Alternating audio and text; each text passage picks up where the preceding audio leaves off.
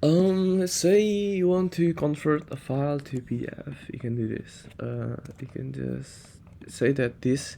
Let's say that this is your Word file. Okay, this is your Word file. If you want to convert them, you can just download, and you can choose PDF, RTF, ODD, docs, text, web page, and EPUB. Basically, you can do everything. You can also put any of these files here, and you can convert them into anything you want by clicking through download and whatever you want here.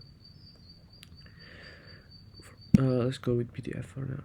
And then your PDF will be downloaded in here. Show in Finder. There. This will be in your download folder, I think. Yes, it's here. There you go.